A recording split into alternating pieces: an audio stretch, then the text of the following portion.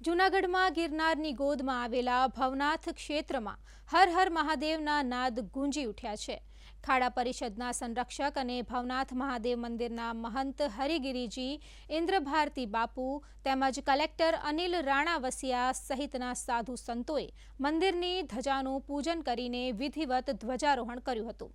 તે સાથે જ ભવનાથમાં મહાશિવરાત્રિના મેળાની શરૂઆત થઈ છે.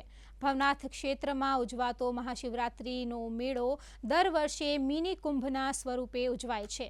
તેમાં સાધુ સંતો અને વિવિધ અખાડાઓના નાગા બાવાઓનું આગમન થયું છે.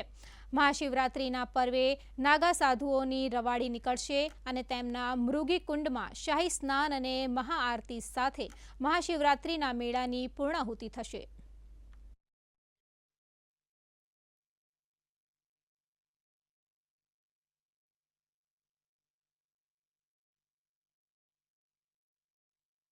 ધજાની અહીંથી જ અખાડામાંથી શરૂઆત થાય છે. જैसे ભવનાથ મંદિર છે, જૂના અખાડા છે, આહવાન અખાડા છે, અગ્નિ અખાડા છે, વગેરે વગેરે જ્યાં જ્યાં ધજા પૂજન થાય છે કાલનો જ છે.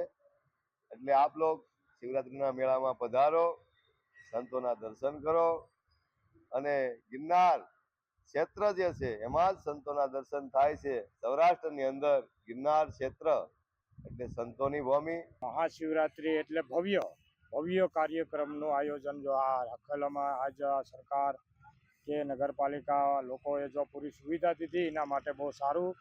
અને મારું એટલું કહેવાનું થાય કે ઓર બી આગે સુવિધા દેવે પૂરી.